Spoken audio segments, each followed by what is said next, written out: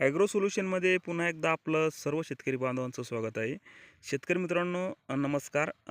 शेतकरी मित्रांनो, आपण एक मागं व्हिडिओ बनवला होता की आले पिकाला स्टार्टर ग्रेड वॉटर सोल्युबलचा कुठला घ्यावा आणि कोणता घ्यावा, किती प्रमाणात घ्यावा आणि त्याच्या किती आळवण्या ह्या ठिबकद्वारे कराव्या, त्या आपण व्हिडिओमध्ये थोडंसं बोललो होतो. शेतकरी मित्रांनो, आता आपण जे सेकंडरी डोस आहे वॉटर सोल्युबलचा, तो कुठला घ्यावा आणि किती प्रमाणात घ्यावा आणि त्यानंतर त्याचे आपल्या आले पिकाला काय फायदे होणार आहे, थोडक्यात या व्हिडिओमध्ये आपण आज बोलणार आहोत. शेतकरी मित्रांनो, सेकंडरी न्यूट्रिशनमध्ये आपला सेकंडरी वॉटर सोल्युबल जो ग्रेड आहे, तो आपल्याला 1261 हा घ्यायचा आहे. 1261 ह्या ग्रेडचे काय फायदे आहे आपण या व्हिडिओमध्ये बघणार आहोत.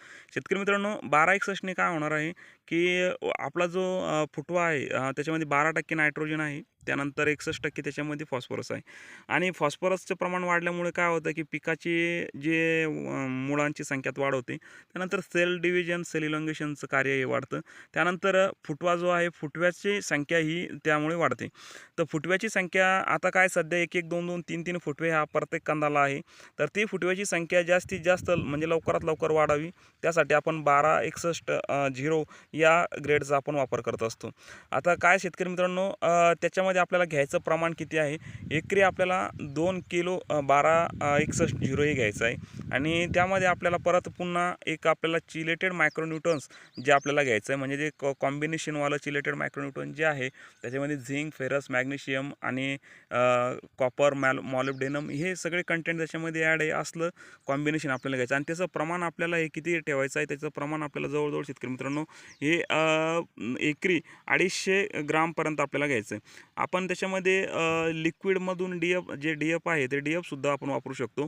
2 किलो 1261ला आपण 1 लिटर हे डी-एफसुद्धा वापरू शकतो. त्याच्यामध्ये जे ऑल मायक्रोन्यूटन्स आहे ते, तर त्यांनी काय होणार आहे, मायक्रोन्यूटन्सने जे कुठं थोडाफार जो एक अर्धा पिवळेपणा आहे, तो पिवळेपणा हा कमी होईल प्लॉटमधला आणि एकसारखी वाढ होईल आणि कंदाची जी आहे कंद बनवणं, जे कार्य म्हणजे कार्यास फार मदत करतं मायक्रोन्यूटन्स. कारण की कंदाची जाडी, कंदाची साईज आणि कांडी लांबू नये याच्यातही बराचसा म्हणजे मायक्रोन्यूटनचं कार्य आहे.